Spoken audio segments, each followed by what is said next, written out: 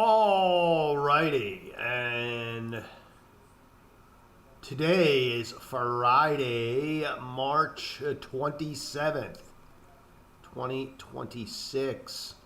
I guess story of the morning is oil. Oil up overnight up to 96 dollars, and it's kind of weird now. We're getting into the levels on equities where we're starting to have to use a 4-hour chart and a daily chart to try and find some levels. So very interesting. Top of this range right now, as far as the pivots, 99.07 on an R3. And looking at a 4-hour drill down into a 1-hour, 99.07. So we do seem to be kind of hovering around this spot. We have a low volume node here at 97.31. Let's see if it shows up on the Lux Algo. No, it does not. That does not show up on the Lux Algo. I doubt, let me see if I go to a 4-hour, I doubt anything's really going to show up there. We do have, way up there. Way up there, 105s, 106s, but nothing down here. Do have a high volume node down here at about 94. Yeah, it's about 94, 92, but nothing really up there on the 4-hour.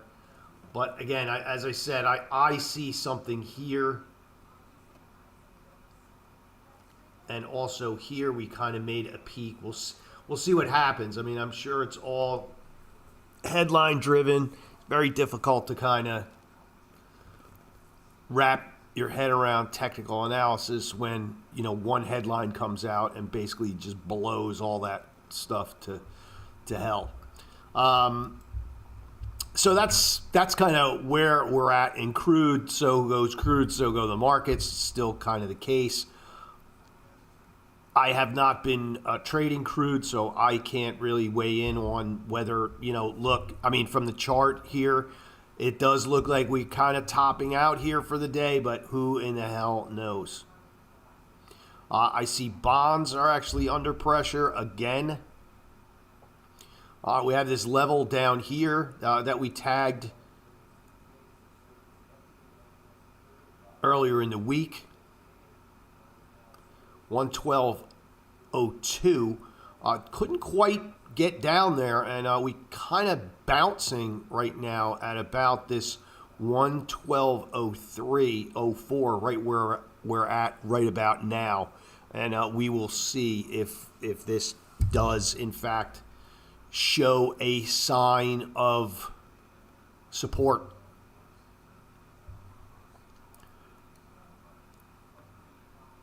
Do have some les Renaissance up here.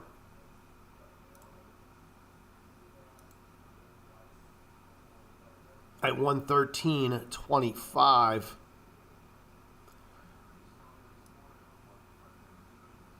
Although we kind of started to show a turnaround in bonds, it's not really, it's not looking good. It's not looking good at all. For a turnaround at all. I mean, we kind of broke. I put this there yesterday during the day. This is kind of out the window. You could probably put this one in the shit can. But these two levels, are really key here for a trend change. And if those don't hold, obviously there's there's not going to be a trend change. Bond yields will continue to go up and prices will go down. All right, so let's go into, so that's kind of the story there overnight. That's obviously got the equities under pressure all night. Again, you know, we're still sticking to this.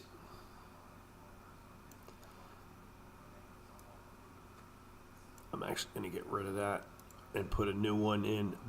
I'm still sticking to this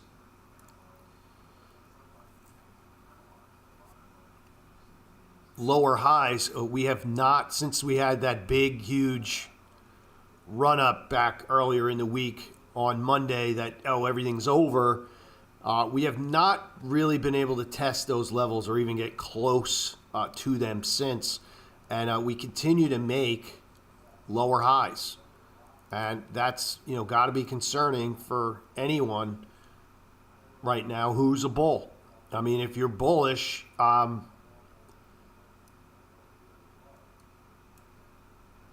should concern you because we are continuing to make these lower highs. And if you zoom out here and we look at a 4 hour, we have been, this is a classic stair step down. And that continued yesterday, and it's continuing today as well. And so, if you're trading the trades with the most momentum and the most velocity are likely going to be short trades until we're able to change this, and we have not been able to do so. And now that I'm looking at a 4 hour chart and trying to find, we obviously have this spot down here where we were the other day, which is the 64. Excuse me, let's go back to 1 hour. I don't want to confuse everybody. I'm talking about the ES here. But we obviously have this level here, which is an S2 today, 64.82. So I'm watching that level. It was not only this swing low from before this big rally, but it's also an S2. So it's a pretty key area today for support. And, quite honestly, I know there's been, just changed again. I'm seeing a lot of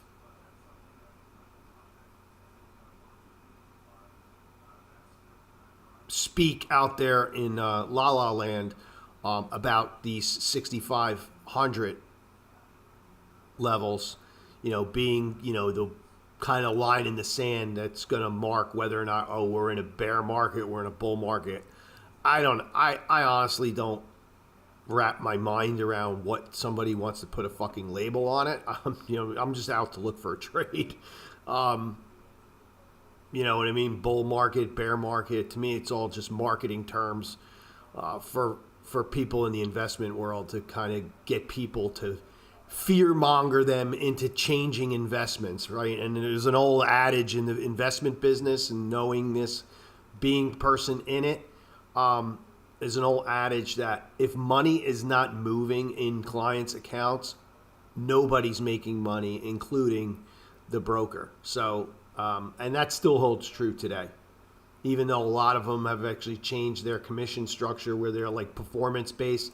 If they're not moving money around, nobody's making money. And so, a lot of these terms that everyone uses is just ways to fear monger people into different investments. And it's kind of sad, but anyway, they're just a bunch of sleazebags in that business. They're just as bad as car salesmen.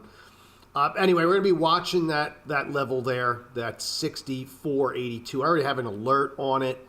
I advise you to do the same. I mean, I don't know what really is going to happen if we do break that. There does seem to be a lot of support down here at 64, 69s.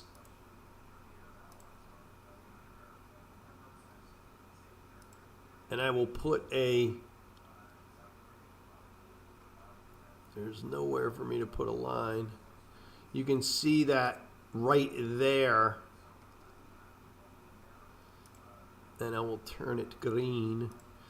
You can see right here, there's a very high volume node down here where we had a lot of volume, and that dates back to this rally here, and again, we'll see if the market truly accepts that as being kind of the bottom here.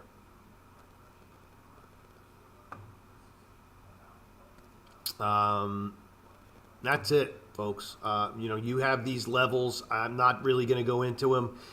In order to be even talking about a lot of these levels, something's going to have to get said today, like ceasefire or it's over, deal signed, whatever, something, and or else none of these levels are actually even going to be even considered. Today, I likely believe, if anything, maybe we go green today as like a window dressing type of event, but that's kind of the story that I'm seeing on the ES today.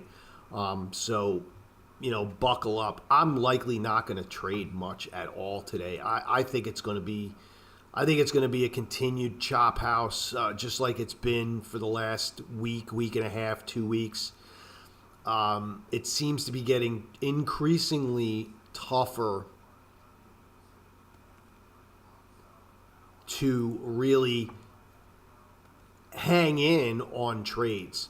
I'm not going to say that, this price action's the worst that I've ever seen, because it's not. I've seen price action this bad before, the last few times we've been through this. So for anyone telling you that, this is some of the worst price action, blah, blah, take it for what it's worth. Chances are there are people who only been trading a few years, probably under 10 years, and they don't know what the fuck they're talking about, because I can vividly remember during 2008, 2010, 2014,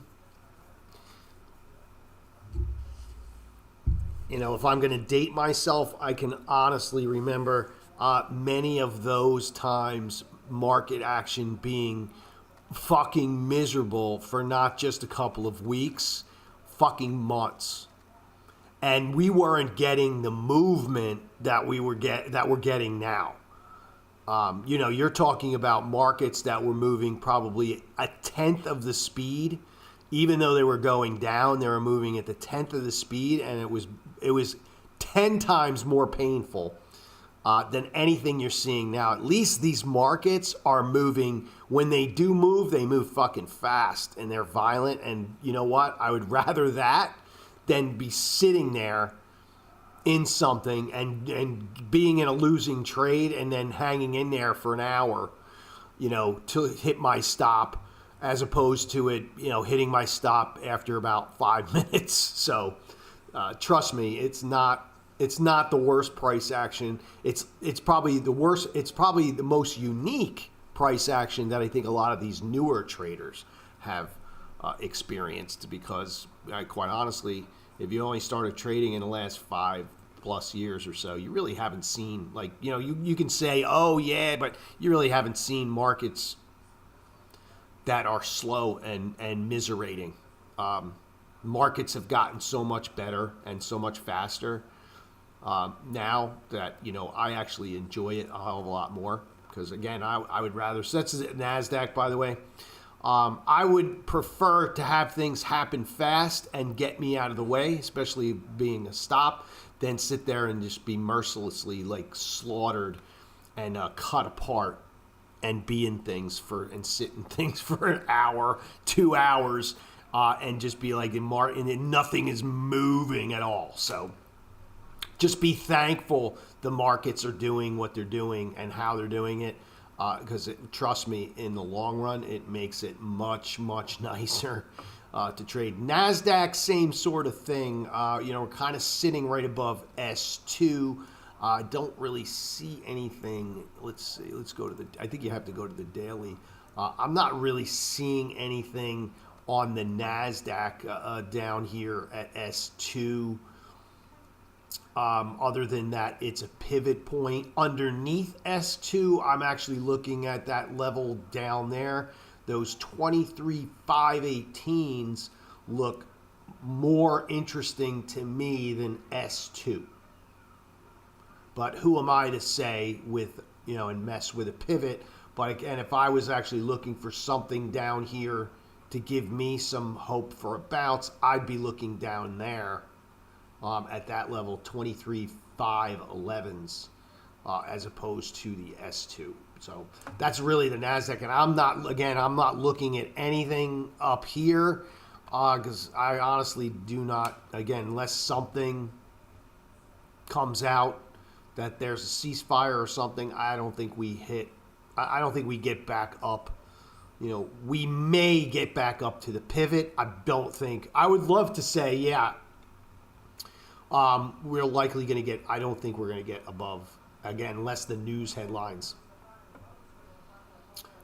show it.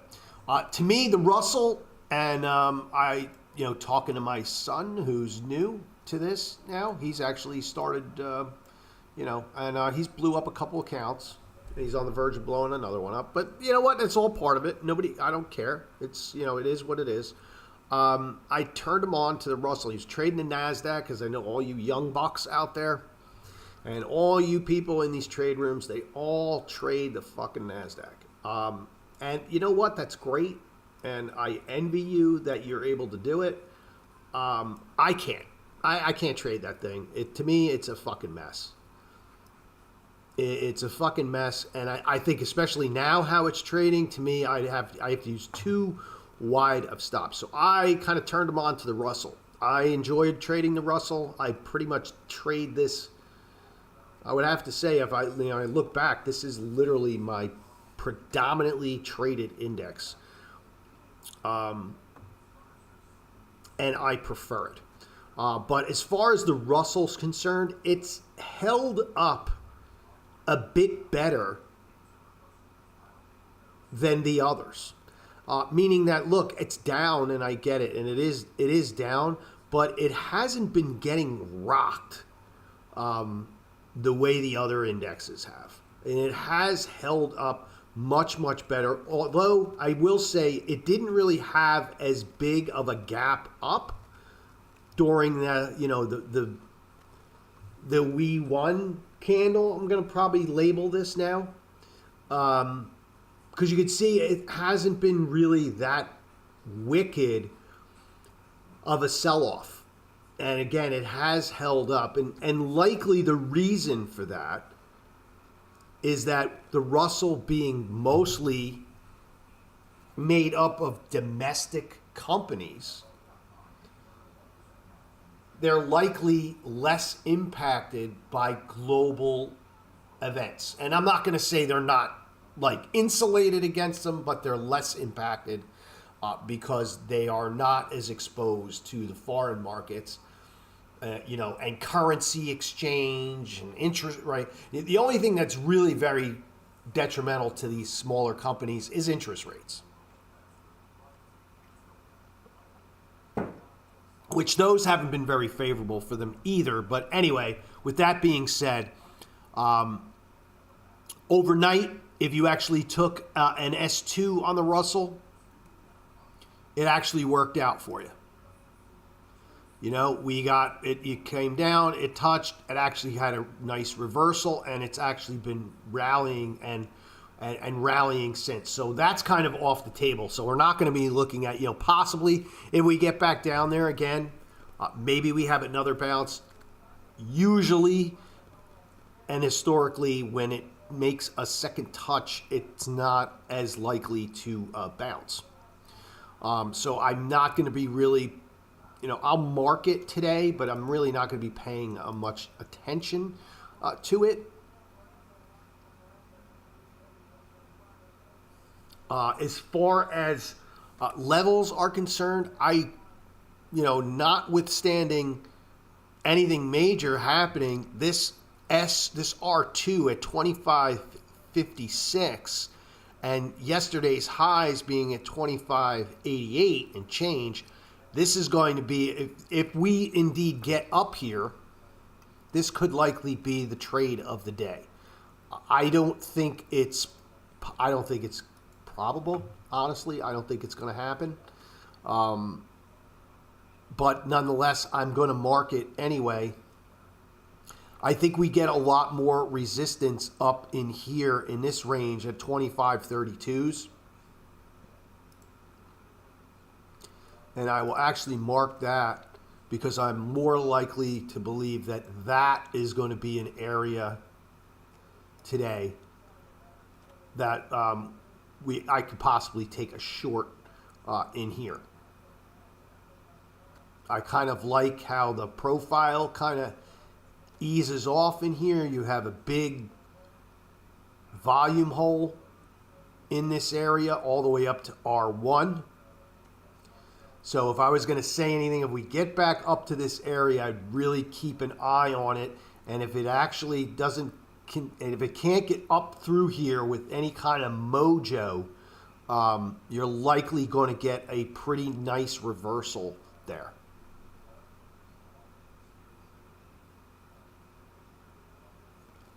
All right, and then outside of that, we have the big monster candle, and we have not even come close on the Russell to tagging that. Unlike the ES or the NASDAQ, we are literally at those levels again. So that's another reason why I'm saying I think the Russell kind of weathered this storm, or is weathering this much better so than the other indexes. I mean, you can see we're literally well above halfway, or maybe right about halfway from where these lows were at 24.16. So, just something to consider, and that's why I've kind of been sticking to the Russell as well. It seems to be trading a little bit cleaner than most of the other markets at this point, and it hasn't really gotten punished to the degree of the other markets. Again, relative to the big we won candle. Okay, so that is kind of the story there on the Russell. There's not going to be, again, I'm going to be pretty idle today. I don't know how active I'm going to be, if not at all. I'll be more than happy to sit on my hands today and not do anything, just because it's been kind of a nutty week. And I'm up on the week, and I would rather just kind of close out the week being in the plus than kind of mess it up and try and do something that I'm probably not going to have a hell of a lot of confidence in doing, and, going out on a bad note. So anyway, gold. Gold, we have been kind of stair-stepping back. We went through this. I've been talking about this. We've been stair-stepping, made what could be, and I'm not going to say anything's a bottom yet and rage anybody, but for now, and based on this price action, these are the lows, 41.03. We have made a lower or a higher low, 43.04. We made yet another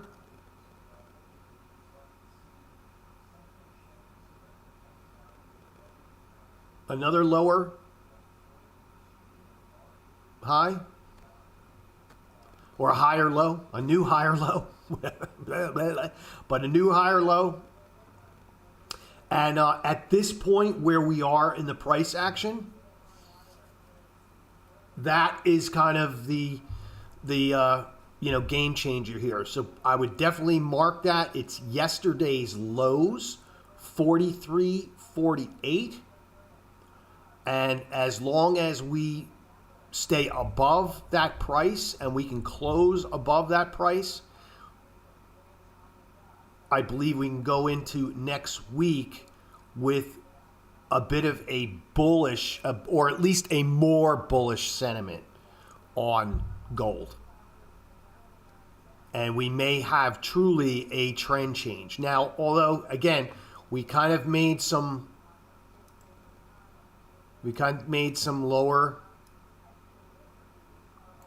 higher lows yesterday. So, again, that's why it's important for these, that's kind of what I'm looking at too. And then you have this here.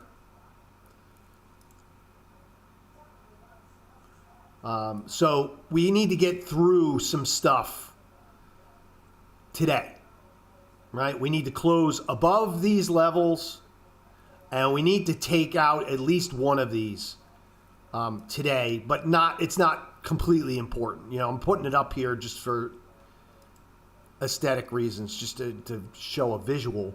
But we also have some lower highs here intraday. So, again, this could be interpreted. This could also be a flag, a bull flag. It is kind of a bull flag here. Again, it won't truly be a bull flag or anything until we actually close above this level here. And if we break it and we close below that, you got to go back neutral again. That's just the way it is. Okay, and so that's kind of the story on gold. And that's how I would be trading it. Right now, we're up about 41 in handles in gold, trading 44.17. It's been kind of a chop house. This is the hourly. We had nice rallies earlier in the night, but it does seem like as soon as we got around to the London Open, we do seem to be selling off from there. So,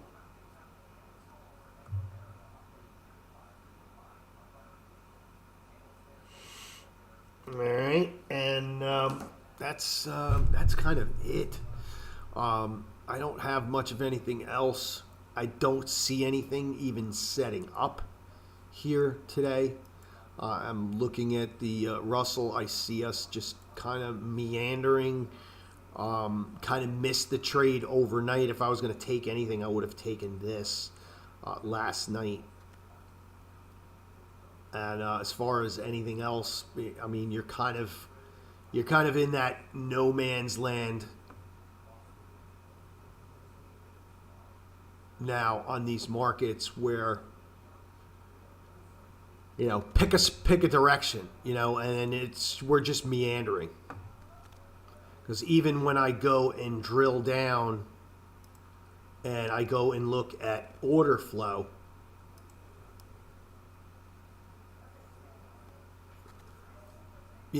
big buy and balance, huge buy and balance, but they didn't need it, right? The sellers kind of just took over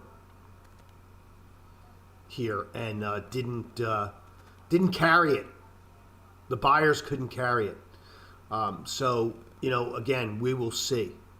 We will see. But to me, the markets are just way too slow right now. And they're in a spot where I just don't feel it. I think you can get cut up pretty bad right now with the way everything is. That's at least in the Russell. And then the NASDAQ, same sort of thing. Not really seeing it, even though I don't trade it. You may want to look at maybe these 610s down here, but bounces haven't been happening at places you would believe that there would be a bounce. Huge sell-in balance down here. We'll see if they absorb it or decide to, take it to the next level. But you can see here on the NASDAQ, all these sell-in balances, and, the sellers have won all of these battles. So, just interesting. Same thing on the ES, and I start drilling in, and I start seeing the price action. We are just cutting, right? Last hour or so, just cutting through, right? Cut, and I don't want to get chewed up. And we did just hit an alert. Let's see what happened. We hit an alert on the Russell. I think we likely got through. I think we went through S2, I think, again, likely. Let's just take a look. Yeah, we just hit S2, the 49s, the 90s. Again, if this was last night, I'd probably be all over this. A second touchdown here is not. Second touchdown here is not usually a high probability trade. As you can see, even the second time, the first time it came down here, it bounced really nicely, but the this time coming down likely may not happen. So I'm gonna back off on that one. And so that's it. That's all I got. I wish I had more. On the stock front, nothing. I have nothing. I think stocks are bleh. All the stocks in general. I mean, here's all the AI plays. They got absolutely smashed up. Here's big tech. They've got smashed up. I mean, software had a little bit of a day, I guess. I think this is just dead cat. They seem to be one thing I think that's interesting about the software space right now is that now you got the fucking clowns on CNBC going, yeah, they gotten beat up and it's it's kind of a value play, and they're all talking their book now, and it's like, yeah, okay, whatever. I just, and you're not gonna just go down in perpetuity. Either, but these fucking companies, especially like CrowdStrike, I think out of all of these is probably the best play in my opinion. And I don't have a ton of software stocks up here. I think these others are just, I think they're doomed to be M&A, baby. I think at some point these companies are going to merge or start merging with each other because there is literally zero fucking growth in these fucking companies anymore. Because their software has been basically commoditized, and what they offer now are basically service agreements with existing customers who don't have the kind of flexibility to move to another platform. They've kind of used it, right? They've learned it. They've trained their staff on it, and they're kind of stuck with it. And they just kind of keep it because that's what they know. But as far as like new companies coming in, and they're not using this crap. They're not using this crap.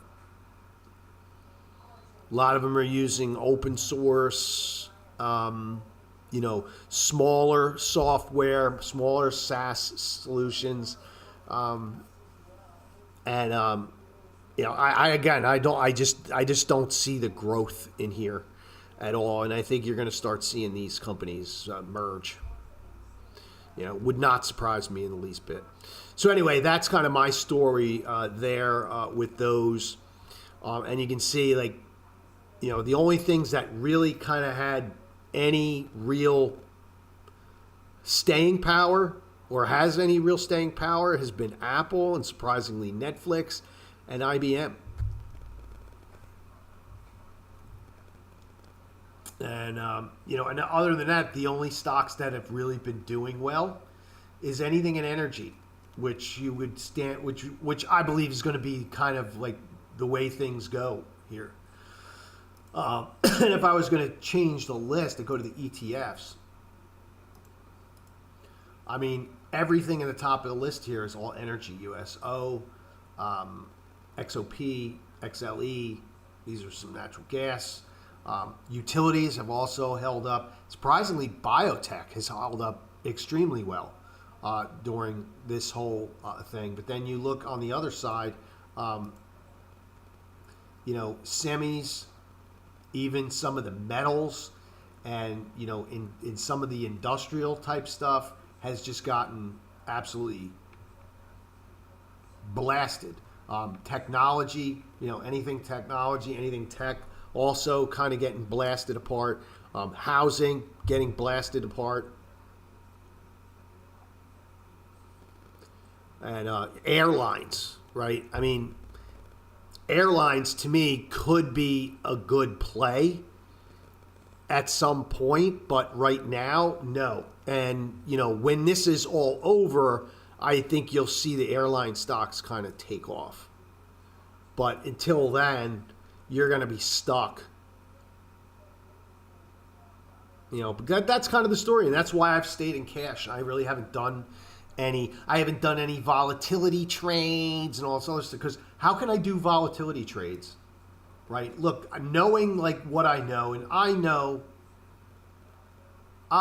like volatility over time has the propensity to collapse, and I get it, and like I'm all on board with that, but volatility has not been collapsing. It has been up here, it has been staying up here, and if you're in a fucking trade that is based on volatility, all volatility is doing right now for you is keeping you in that trade. And that's not what I want to do right now. I don't want to be fucking stuck.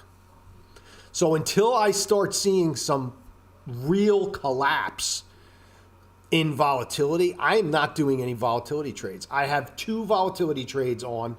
Both of them are actually up a little bit. But in fact, today they're probably not going to be. They're going to be down a little bit more because volatility is actually expanding. And, you know, take it from someone with a lot of experience in this matter that just because volatility is high doesn't mean you go and sell options all over the place, because volatility can stay high longer than you can stay fucking liquid. Not everybody has a few $100 million in their brokerage account from a fucking company that they sold twice, from 2 companies that they sold twice. You know, you do not have the power to do that.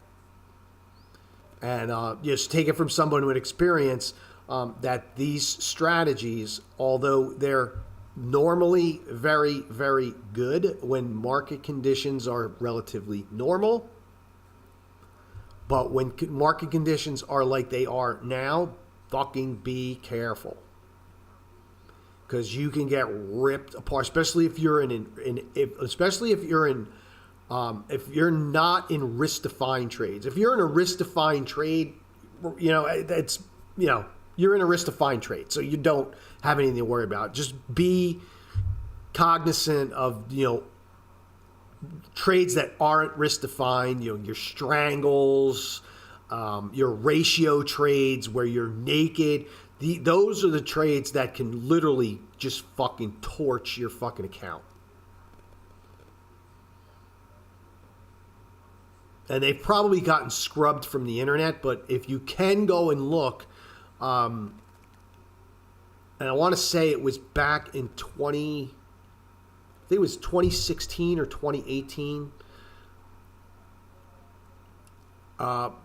Both of those folks had their kids in accounts that they were trading. And anyway, you know who I'm talking about. And both of those people fucking blew up their kids' account. They blew it up using these strategies. Because what happened is volatility went high. They did a bunch of option trades. They sold a bunch of options. And then what happened was his volatility went even higher. And it expanded. And it stayed high for longer than what they expected, and it turned out that it blew up. It blew up their accounts. So just be aware, right? There's there's a time and place for everything. And right now, honestly, folks, and I get asked questions all the time about what am I doing with my money. I'm putting it in BIL. That's where I'm putting my money. All of my cash, from even stuff that I'm selling now that I'm making money, it's all going into BIL. BIL, baby. BIL. The Bloomberg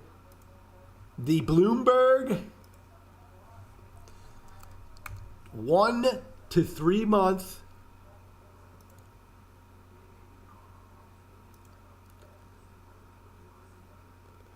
the State Street Spider Bloomberg ETF. The BIL. There it is. Okay?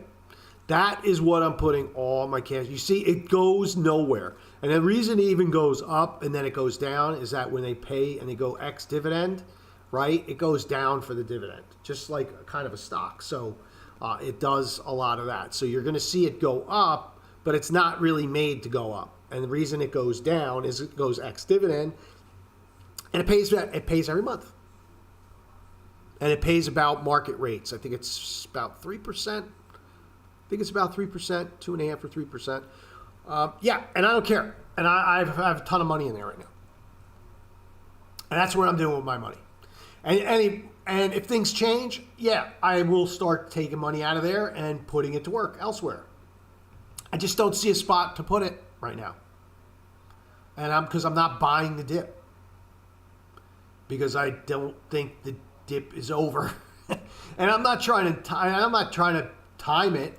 And to me, I've learned over the years, it's better to be a little bit late in buying a dip than it is to be early. And so I would rather be a little late and buy the dip because I already have a bunch of shit. So I don't care. I don't need to buy the dip. I'm up huge on a lot of stuff. I don't need to buy the dip. So I can be late. So anyway, that's my spiel. It's 8:18. I think it's going to be to me, it's if you're trading today, I think you wrap it up by 10:30, 11 o'clock, and you call it a day. And then go away for the weekend. That's what I think kind of a day it is. So have a good one, and I will be back. I'm going to try Sunday night. I'm going to try Sunday night at 8 o'clock if I can. I mean, I don't know what I'm going to feel like on Sunday night. I know last week I said I was going to come back. I was like, fuck it. I ain't going. I ain't coming and doing this bullshit. So anyway, have a good one. Have a good trading day. And, again, and look, I was wrong. Look at that bounce off S2. We got a beautiful bounce off S2. So that trade was there, and I did mark it. I just didn't have the balls to take it. I would have taken that, honestly, folks. I probably would have taken that if it wasn't a Friday, right? If it wasn't a Friday and I didn't have the week that I had, I'm taking that trade. I know I am. But, again, seeing it was Friday, it's Friday. I had a bad week. I'm still up on the week, but to me, I had a bad day, and that bad day has made me believe and forced me to say, hey, look, I had a bad week, and but I might have taken that trade, but it was there.